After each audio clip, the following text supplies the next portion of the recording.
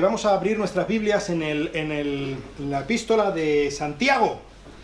Y hoy vamos a terminar el segundo capítulo, Santiago, capítulo 2. Vamos a ver a partir del versículo 14 hasta el versículo 26. Vamos a terminar el segundo capítulo de Santiago. Y no sé de vosotros, ¿alguien ha hecho el camino de Santiago? ¿No? ¿Has hecho el camino de Santiago? ¿Tú sabes lo que es esto, Ultreia? Sí, pero ahora no me acuerdo. Es una palabra latina. Históricamente es el saludo, la manera de decir, además de saludar, animar entre los peregrinos que están haciendo el camino de Santiago. Últimamente se va cambiando un poco por el buen camino, que se dicen unos a otros, o bo camiño, si lo dicen en galego, pero Ultreia históricamente ha sido el saludo desde que comenzó hace más de 1000 años el camino de Santiago, las peregrinaciones a finales del siglo VIII, yo creo. Pues Ultreia es latín y significa más allá o hacia adelante. Y esta es la idea del saludo, del ánimo. Y creo que es algo muy importante cuando se está haciendo una peregrinación, enfocarse en la meta, ¿no?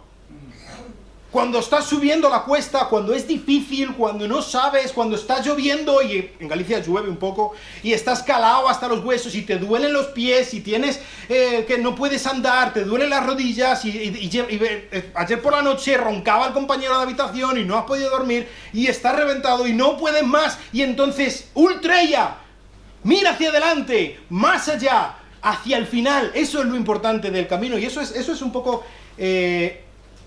Quizá Santiago lo dice en negativo y yo lo estoy intentando expresar un poco en positivo, pero ese es un poco el mensaje que nos manda Santiago. Y también no sé si habéis visto, probablemente, incluso aunque ahora no seáis conscientes, muchas veces el símbolo que hay arriba, esas dos líneas blanca y roja, ese es el símbolo internacional de que vas por un buen camino, que el camino que sigues está bien. Si estuviera en forma de cruz, si estuviera tachado, ahí te has confundido de camino y quizás es buena idea que vuelvas por tus pasos hasta que encuentres alguna otra señal que te indique bien cuál es el camino. Pero esa es un poco la intención que tiene Santiago con nosotros. Estamos en medio de una peregrinación. Vamos no rumbo a Compostela, no rumbo a Santiago, sino que vamos rumbo a la madurez, rumbo a Cristo, y que nos enfoquemos en la meta, que miremos no las circunstancias, no las etapas, no el sufrimiento o el mundo al que nos enfrentamos, como estábamos viendo el otro día, sino a Cristo. ¿Cuál es la meta? Así que esa es la intención,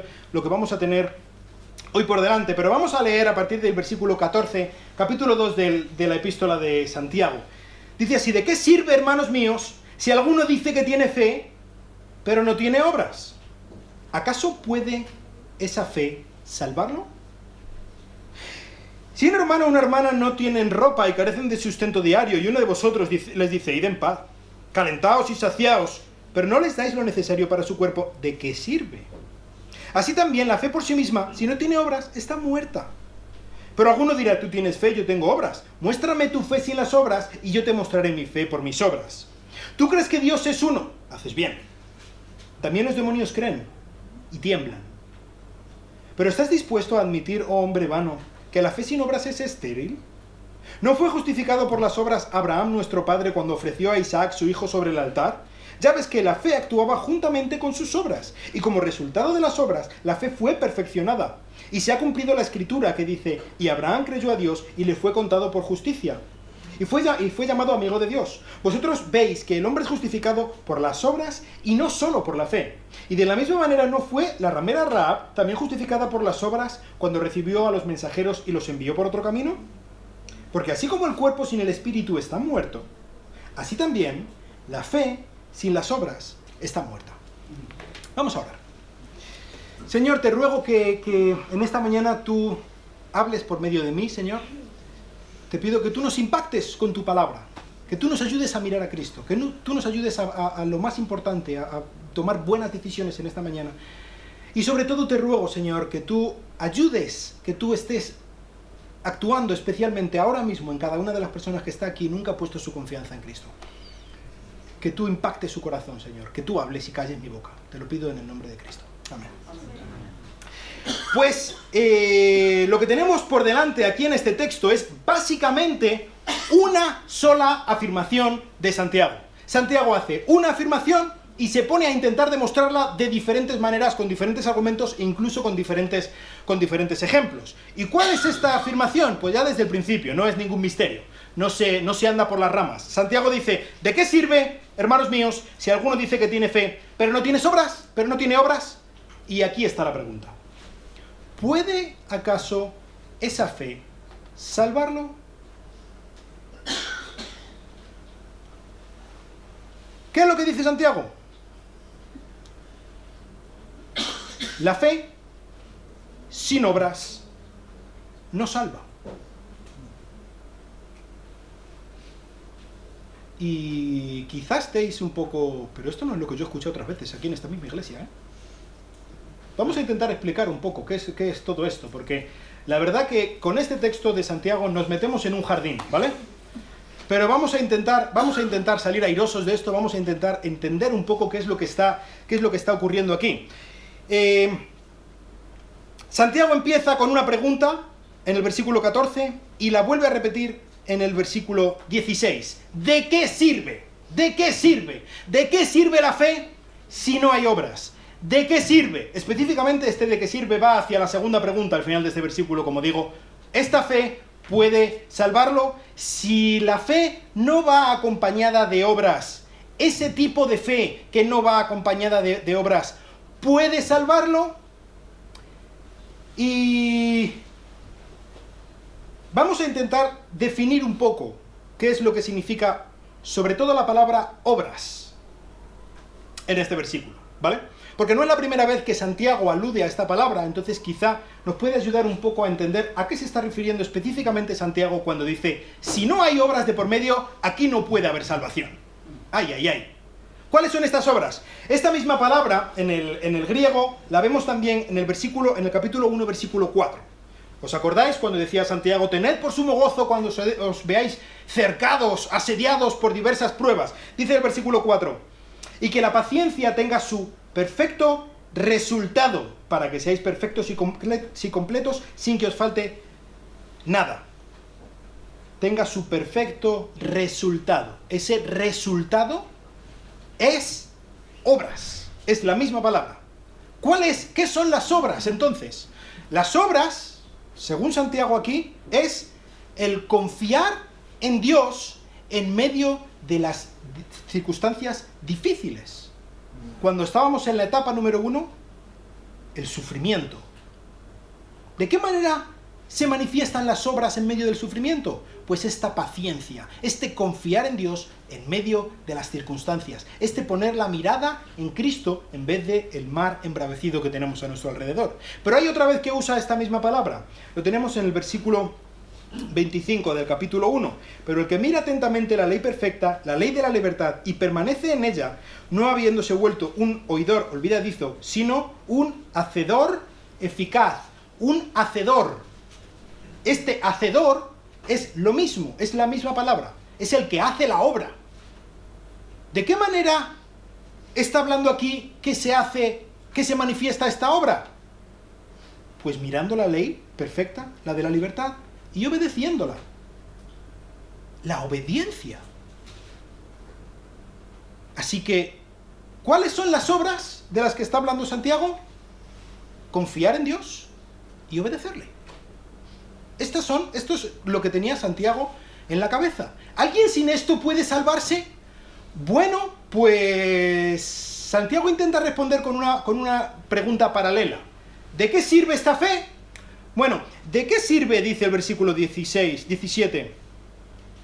Si un hermano o una hermana no tienen ropa, carecen del sustento diario, y uno de vosotros les dice, id en paz, calentaos y saciaos, pero no le dais lo necesario para su cuerpo, ¿de qué sirve? ¿Hay alguien que tú conoces? Sabemos de una circunstancia, de una persona, está pasando por dificultades, está atravesando penurias, no tiene ropa, no tiene que comer, específicamente habla del sustento diario. ¿Os acordáis? En el Padre Nuestro que enseñó Jesús, que hay que danos hoy el pan de cada día, el sustento diario, es esta misma expresión. Alguien que no tiene para comer.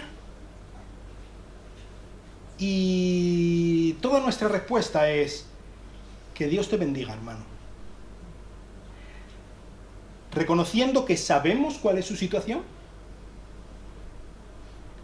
lo conocemos perfectamente, incluso ese conocimiento y esa negativa nuestra a ayudar se manifiesta de una manera piadosa, diciendo: ve en paz y aliméntate y que Dios te bendiga. Incluso oramos por él, y es buena cosa orar por alguien que está pasando por dificultades, pero ahí se queda. ¿De qué le ayuda a esa persona?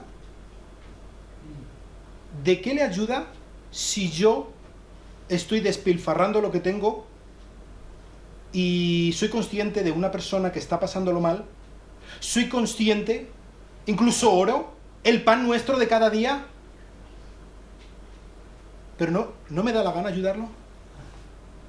¿De qué le sirve? ¿Cuál es la respuesta? Pues es obvia la respuesta, ¿verdad? De nada. Y me convierto en un religioso hipócrita, que cierro mis oídos al grito desesperado de un hermano que lo necesita. Y encima lo disfrazo de religión. Oraré por ti, que Dios te bendiga. Venga, hasta luego. ¿De qué le sirve? De nada. Así que, si hacemos eco de la respuesta a esta pregunta, ¿de qué sirve?, y la ponemos en el espejo de la primera pregunta, del primer ¿de qué sirve?, del versículo 14. ¿De qué sirve si alguien dice que tiene fe, pero no tiene obras? Pues de lo mismo que de alguien diga que Dios te bendiga, que de alguien que ora por otra persona, pero no se convierte o no intenta ser parte de la respuesta a esa oración para esa persona. No sirve de nada. Por lo tanto, ¿puede tal fe salvarlo?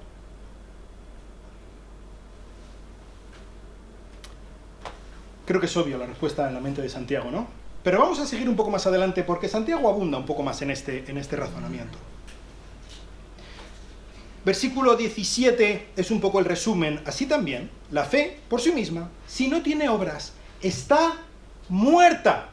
Es un cascarón vacío, es un cadáver que no tiene vida. Si la fe no tiene obras, está muerta.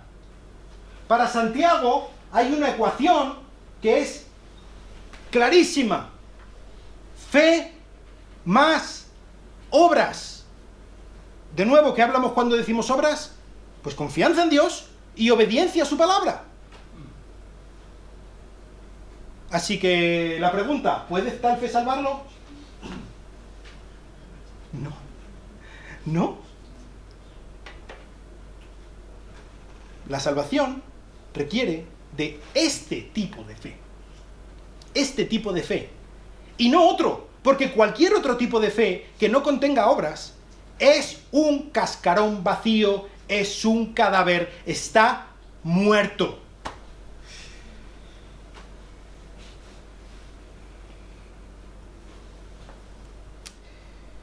Pero más aún, no es solamente que esté muerto, Santiago habla de que, a partir del versículo 18, no solamente es que esté muerto, es que es malvado. Es que esta fe, que no va acompañada por las obras, es demoníaca. Dice el versículo 18, pero alguno dirá: tú tienes fe, yo tengo obras. Vale. Muéstrame tu fe sin las obras, y yo te mostraré mi fe por las obras. Es decir, por una parte, lo que demuestra la fe son las obras. Ninguno de nosotros tenemos aquí un visor por el que yo puedo ver el nivel de fe que tiene cada uno, ¿verdad? No lo tenemos. Nosotros no podemos ver el alma de las personas. No podemos ver los pensamientos, pero sí podemos ver la manifestación de esa fe. Y Santiago está diciendo que necesariamente tiene que haber una manifestación de esa fe. Necesariamente. Sí o sí. Esto es matemática pura, es una ecuación. Es así. Necesariamente tiene que ser demostrado. Pero no solamente delante de las personas a tu alrededor, que tú dirás, yo no tengo por qué demostrar mi salvación a nadie, vale. Pero es que a Dios sí.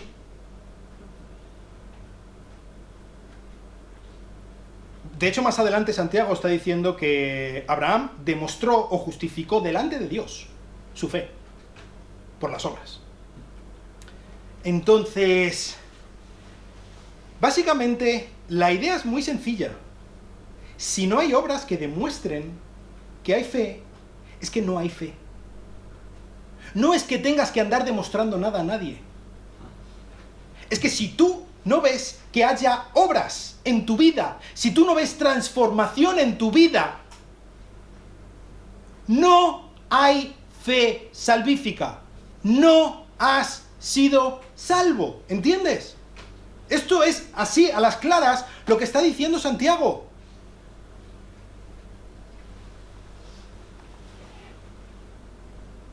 Tú dices que Dios es uno, ¿no? Deuteronomio 6:4, uno de los pasajes más importantes para el judaísmo. Recordéis que Santiago estaba escribiendo a los judíos. El famoso Shema, ¿no? El alto credo, la alta ortodoxia, la sana doctrina para los judíos. Oye Israel, el Señor, Jehová, Yahweh, uno es, ¿no? Monoteísmo. ¿Esta es buena doctrina? ¿Es cierto? Hombre, claro que es cierto, si está revelado en la Biblia, es algo muy importante para los judíos y es una verdad como la copa de un pino. Dios es uno, creemos en un Dios. Muy bien, estupendo. ¿Tú vas a ser salvo por creer eso? Lo más importante de absolutamente todo es la sana doctrina. ¿Vas a ser salvo porque conoces perfectamente, has leído tu Biblia 35 veces el año pasado? Y conoces perfectamente todos los versículos y eres capaz de citar el libro de Zacarías de memoria? ¿Y oras mirando a Jerusalén 4 veces al día? ¿Y ayunas y haces no sé qué cosas? Esa es la manera en la que, demostrando un buen conocimiento, demostrando una sana doctrina, de esa manera vas a ser salvo. Absolutamente no. La sana doctrina no es evidencia de la salvación. Y cuidado, porque esto es una cosa que a veces nos colamos a nosotros mismos, ¿eh? El estar todos los jueves aquí, como estamos todos los jueves estudiando la Biblia, estudiando las doctrinas de la Biblia, es estupendo, es maravilloso, es necesario. Pero no es evidencia de nada, ¿vale? Y la razón que da aquí Santiago es mucho más que elocuente. ¿Tú crees que Dios es uno? ¿Tú tienes sana doctrina? Bien. Satanás también la tiene. Los demonios creen. Y tienen una doctrina quizá mejor que tú en algunos puntos. Y Satanás fue capaz de usar la Biblia delante de Jesús cuando estaba tentándolo en el desierto con una facilidad pasmosa. Desde luego yo no habría sido capaz de utilizarla con esa agilidad. Él lo conoce. Satanás se sabe al dedillo los 5 puntos del calvinismo. ¿Eso significa que Satanás tiene buena doctrina? Pues en algunos casos parece ser que sí, ¿no?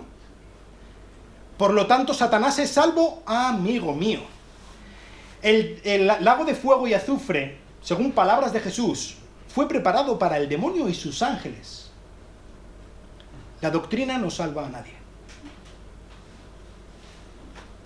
Eso significa que si has tenido un momento emocional en tu vida, en el que has sentido un calentito en el estómago, eso significa que si tú has hecho la oración, entonces eres salvo. ¿Sabes? No hay calentitos en el pecho, no hay emociones, no hay doctrinas, no hay predicadores que te puedan librar del infierno que tú mereces. Olvídate. No funciona.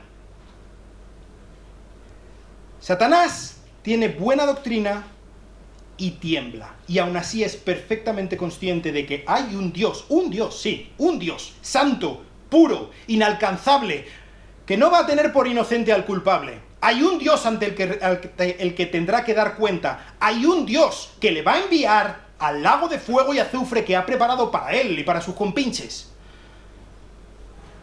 Y tiembla.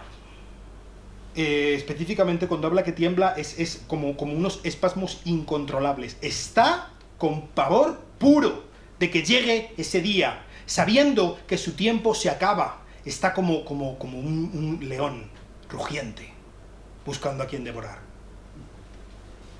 Así que la alta ortodoxia, si no va acompañada de transformación en nuestra vida, si no se evidencia por obras, por confianza en Dios, por obediencia a Dios, es ortodoxia satánica. Sana doctrina que te lleva al infierno. En el siguiente versículo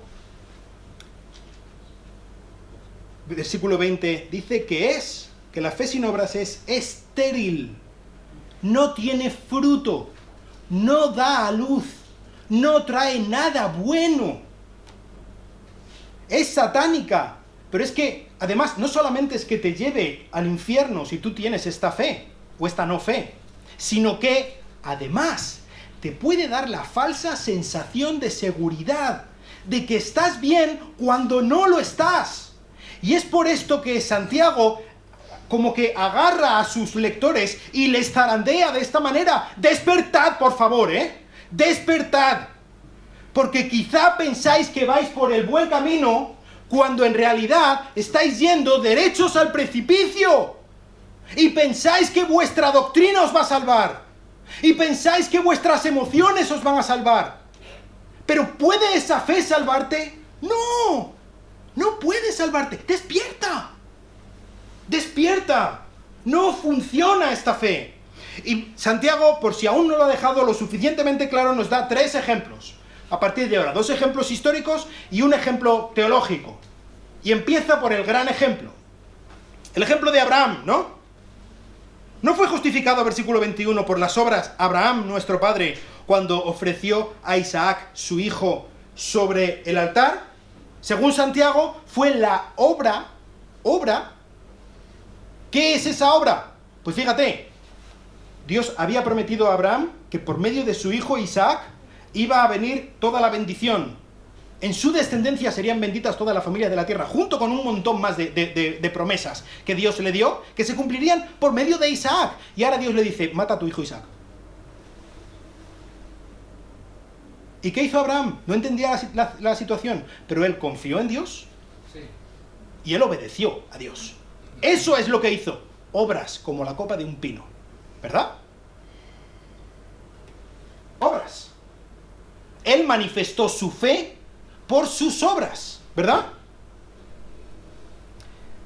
Y esto justificó a Abraham delante de Dios. Y quizá nos estamos metiendo aquí en un berenjenal importante, ¿verdad? Porque es que no solamente es que, por ejemplo, Pablo utiliza la palabra justificación de otra manera, sino que además cita el mismo ejemplo de Abraham para hablar exactamente de lo opuesto. Así que aquí tenemos un jaleo importante. Vamos al libro de Romanos, capítulo 4. Romanos, capítulo 4.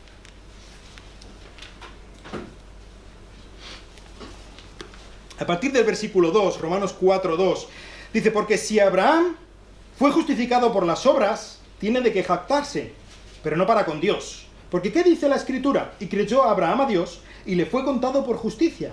Ahora bien, al que trabaja el salario no se le cuenta como un favor, sino como deuda. Mas al que no trabaja, pero cree en aquel que justifica al impío, su fe se le cuenta por justicia. ¿Qué es lo que está diciendo aquí Santiago?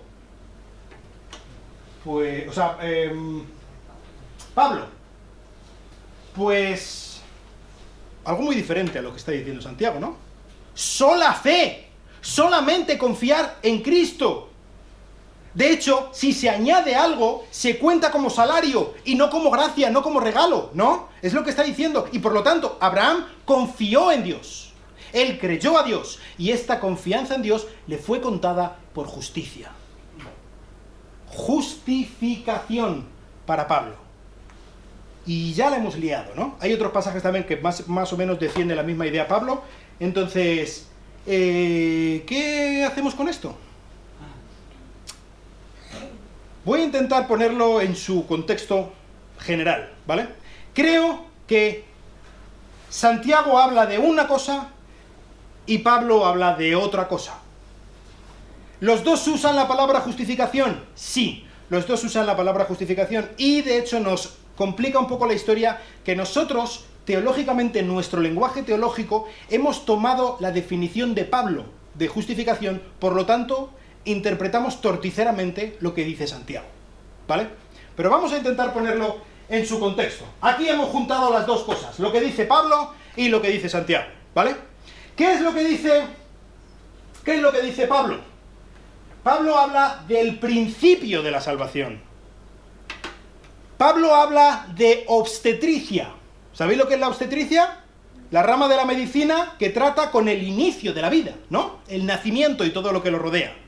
Pablo habla de la justificación. Para Pablo, la justificación es una declaración legal, por la que somos declarados justos delante de Dios, no en base a nuestras obras, no en base a nuestros merecimientos, sino en base a las obras y los merecimientos de Cristo, que nos han sido asignados a nosotros por pura gracia, por creer en Él, sola fe. ¿Entendéis? Y esto es lo que hace que seamos salvos.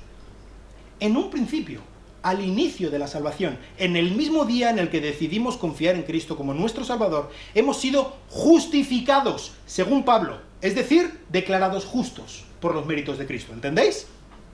Ahora, Santiago está hablando de otra cosa. Si Pablo habla de obstetricia, Santiago habla de todo lo que viene a continuación: pediatría, medicina de familia, geriatría, todo lo que viene a continuación. Y es la manera en la que nuestra fe no inicia, no comienza, sino se desarrolla, madura, crece. ¿Entendéis? Y Pablo usa a Abraham para hablar de la justificación inicial. ¿Qué es lo que ocurrió en el capítulo 12 del libro de Génesis? Dios le dijo a Abraham: vete de tu tierra, de tu parentela, de la casa de tu padre a la tierra que yo te mostraré, y haré de ti una nación y te bendeciré, y en ti serán benditas todas las familias de la tierra. ¿Y qué hizo Abraham? Obedeció, creyó a Dios, justificado por la fe. Eso es. Y entonces Dios hizo un pacto con él, en el capítulo 15 de Génesis. Dios hizo un pacto y le dijo: yo te voy a dar la tierra, yo te voy a dar la bendición, yo voy a hacer de ti una nación, yo voy a hacer que salgan de ti reyes, y te voy a bendecir hasta que sobreabunde y toda la tierra sea bendecida por la bendición que yo te doy. Y Abraham confió. Es de lo que está hablando Pablo, justificación inicial. Ahora, si nos vamos más hacia adelante, al capítulo 22 de Génesis, Dios le dice a Abraham: ¿ves a ese niño que yo te he dado? El cumplimiento de las promesas, mátalo. Y Abraham obedeció, que es precisamente de lo que está hablando Santiago. ¿Fue Abraham salvo por la obediencia que hizo a Dios? No, pero sí justificó esa obediencia, es decir, manifestó, demostró esa obediencia o esa fe por medio de la obediencia. ¿Entendéis? Pero incluso aquí Santiago nos habla de que estaban ocurriendo más cosas. Dice en el versículo 22, ya ves que la fe actuaba juntamente con sus obras, fe y obras. Y como resultado de las obras, la fe fue perfeccionada. A medida que Abraham estaba poniendo sus obras, es decir, la acción, él estaba poniendo su fe en acción, estaba viviendo su fe, estaba confiando, estaba reposando en las promesas de Dios y obedeciéndole, aunque no sabía qué es lo que estaba ocurriendo. A medida que eso estaba ocurriendo, él era más consciente de cómo es el Dios en quien estoy confiando. de que Dios es bueno, de que Dios está cumpliendo, y por lo tanto su confianza en Dios iba aumentando. Y cuanto más Dios ponía a prueba y él más confiaba en Dios, más era consciente que Dios era digno de su confianza. Y así, de esta manera, la fe produce fe. ¿Entiendes? A medida que vas confiando más en Dios, tu fe se va perfeccionando, va madurando. Abraham fue justificado en el sentido de que habla Pablo. ¿Fue salvado por sus obras? No. Abraham fue salvado por su fe, por la sola fe. Pero esa sola fe fue manifestada por sus obras. ¿Entiendes? El hecho de que Abraham mostrara obras era evidencia de que él era salvo. No fue la causa de que fuera salvo. ¿Entiendes? Él tiene una obediencia radical. Así que, dice el versículo 24, como consecuencia del ejemplo de Abraham, vosotros veis que el hombre es justificado por las obras y no solo por la fe. ¿Entendéis? Santiago nos da otro ejemplo, y es el ejemplo de Rahab. Y este ejemplo es, creo que en todo diferente al de Abraham. Si Abraham, por supuesto, era un hombre, Rahab era una mujer. Abraham era el padre de Israel. Rahab era cananea. Abraham era bueno, moralmente bueno. Rahab era prostituta. Abraham era rico. Rahab probablemente era pobre. Creo que Santiago Apóstol está utilizando dos ejemplos que son diametralmente opuestos para demostrar que todo lo que hay en el medio también sigue el mismo patrón. Si Abraham, que es el top, y Rahab, que es lo peor, los dos son justificados por las obras y la fe actuando conjuntamente, entonces todos estamos en ese mismo saco. Absolutamente todos estamos ahí, y todos debemos justificar nuestra fe o mostrar nuestra fe por medio de una fe que se pone en acción, una fe viva, una fe que actúa, una fe que hace que seamos transformados. Y por último, en el versículo 26, porque así como el cuerpo sin el espíritu está muerto, así también la fe sin obras está muerta. Aquí habla Santiago de lo tangible y lo intangible, ¿no? Un cuerpo sin espíritu está muerto, es un cadáver. Pues las obras son el espíritu del cuerpo, que es la fe. Y si no hay obras, el cuerpo está muerto. Así que la respuesta a la pregunta que hace al principio, por medio de diferentes argumentaciones, por medio de diferentes ejemplos, ¿puede tal fe salvarlo? Creo que podréis estar todos conmigo en que la respuesta es un sonoro y rotundo no. Esa fe no puede salvarlo. Una fe que no te cambia la vida, una fe que no se manifiesta de que si hemos recibido de gracia, demos de gracia. Una fe que no nos hace que queramos ser más como Cristo, no salva. No porque necesitemos obras para ser salvos, pero sí porque cuando hay salvación, eso te cambia. Necesariamente te cambia. Existen, bueno, aquí no nos habla de que existan dos tipos de fe.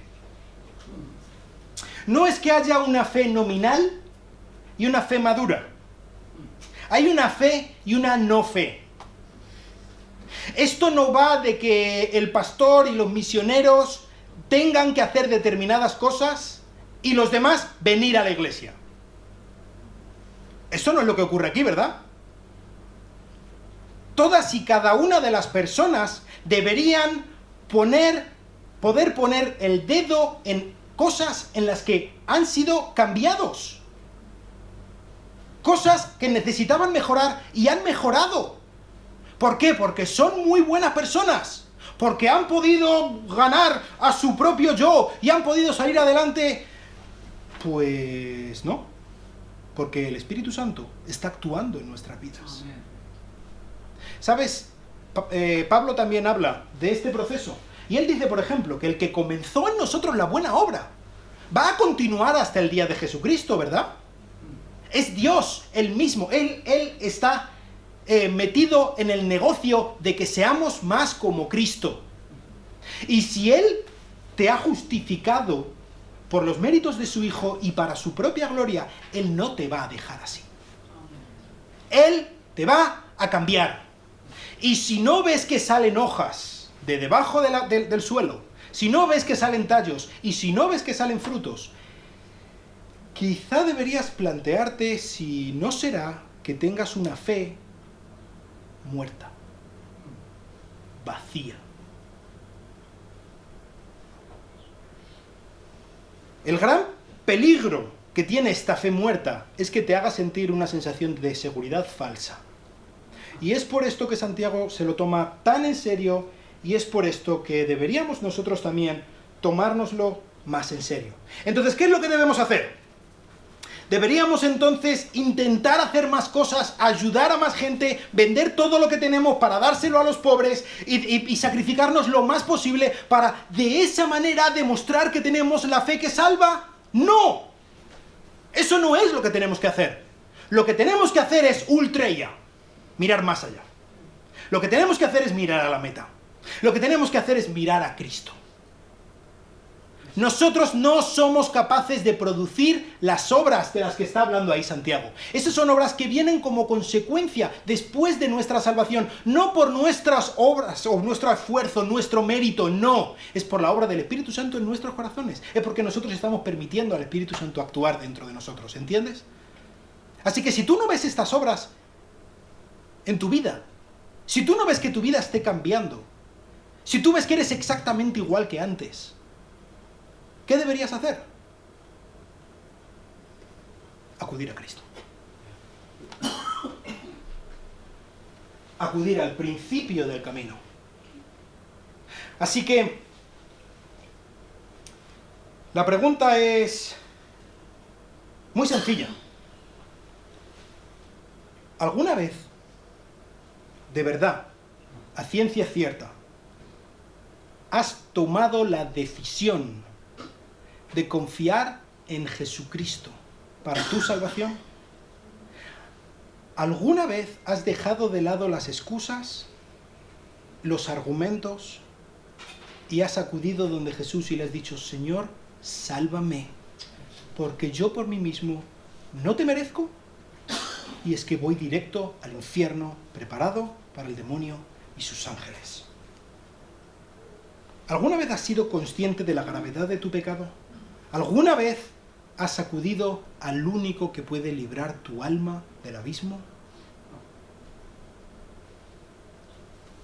Y la respuesta, de nuevo, está en los cambios que hay en tu vida. Así que me gustaría hablarte si la respuesta a estas preguntas que te he hecho es un no, o es un no estoy muy seguro. ¿Qué impide que hoy mismo sea el día en que clames a Cristo y le ruegues que te salve? ¿Qué impide que hoy mismo sea el día en el que experimentes la adopción del Padre, la justificación tal y como hablas, Pablo, que Él te hace justo aunque no lo merezcas? ¿Qué te impide hacerlo en este momento? Me gustaría que ahora, para terminar, tengamos un tiempo a solas y puedas ponerte a cuentas con Dios. Y puedas clamar a Él. Y pues analices tu vida, analices tu corazón. Y que sin ningún miedo y con toda la confianza del mundo le preguntes a Cristo, ¿de verdad soy salvo? Si tienes la menor duda en cuanto a eso, hoy puede ser el día, puedes salir de dudas. Clama a Él y dile, sálvame. Así que vamos a estar un tiempo a solas, vamos a estar hablando con nuestro Señor y analiza tu vida, analiza dónde estás. Y si lo has hecho, pues una vez más ríndete delante de Él y busca dar este tipo de obras, no por tus fuerzas, sino porque Él puede hacerlo. Vamos a orar.